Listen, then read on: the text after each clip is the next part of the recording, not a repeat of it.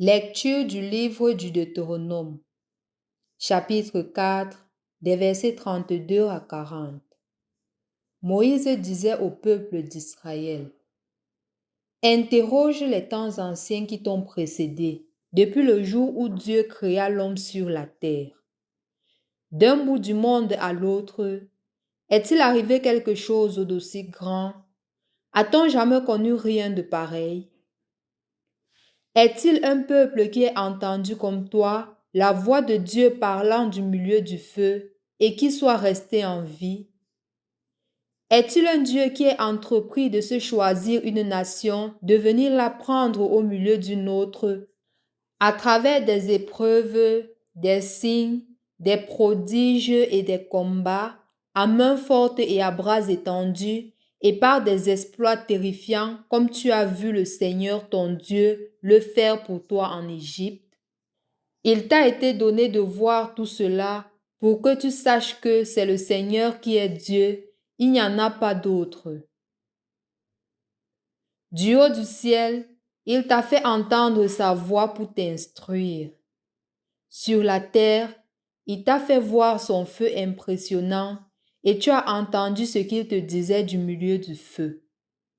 Parce qu'il a aimé tes pères et qu'il a choisi leur descendance en personne, il t'a fait sortir d'Égypte par sa grande force pour chasser devant toi des nations plus grandes et plus puissantes et te le donner en héritage comme cela se réalise aujourd'hui.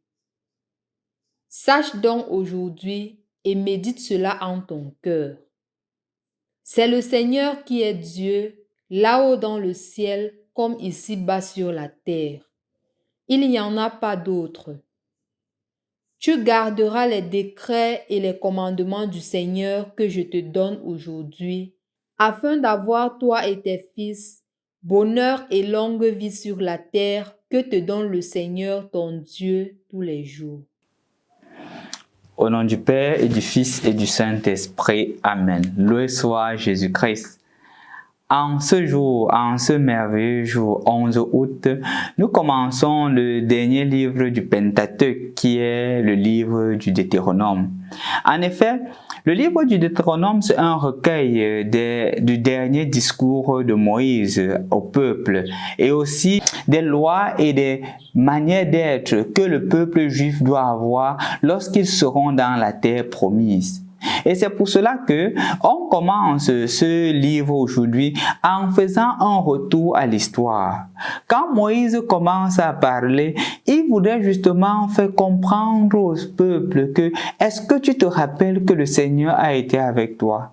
Est-ce que tu prends conscience de la main du Seigneur qui t'a guidé? Est-ce que tu prends conscience que ce que tu es en fait, c'est la grâce de Dieu? Est-ce que tu as le courage de le dire? Est-ce que tu as le courage de dire merci Seigneur pour ce que je suis, pour ce que tu fais pour moi? Et justement, l'invitation en ce jour, chers frères et sœurs dans le Christ, c'est de prendre conscience du fait que nous sommes la merveille de Dieu, que nous sommes les bien-aimés de Dieu. No matter, comme on dit en anglais, peu importe la difficulté que tu es en train de traverser, prends d'abord conscience que le Seigneur guide ta vie. Prends conscience que ce que tu l'es par la grâce de Dieu, comme disait Saint Paul. Ce que je suis, je le suis par la grâce de Dieu. Que ce soit aussi cette parole qui t'habite. Que tu aies le courage de rentrer dans ton histoire et de te rendre compte de comment est-ce que le Seigneur a dirigé ta vie. Comment est-ce qu'il a commencé dans ta vie et où en es-tu maintenant dans ta relation avec lui? Et c'est seulement quand tu prends conscience de l'amour que le Seigneur a pour toi que tu peux avancer.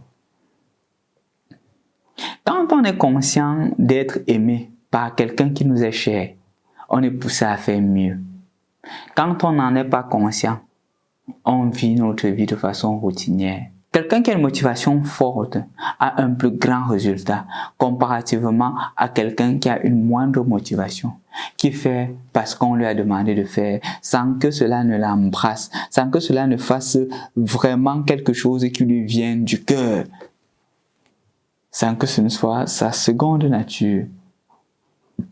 Je crois que l'invitation aujourd'hui pour toi et pour moi, mon frère, c'est de prendre conscience de combien le Seigneur t'aime, de combien le Seigneur nous aime, et de prendre davantage les forces pour pouvoir l'annoncer, le faire connaître et être une lumière pour les autres, afin que partout où nous soyons, partout où nous serons, nous soyons capables de dire ce que je le suis par la grâce de Dieu.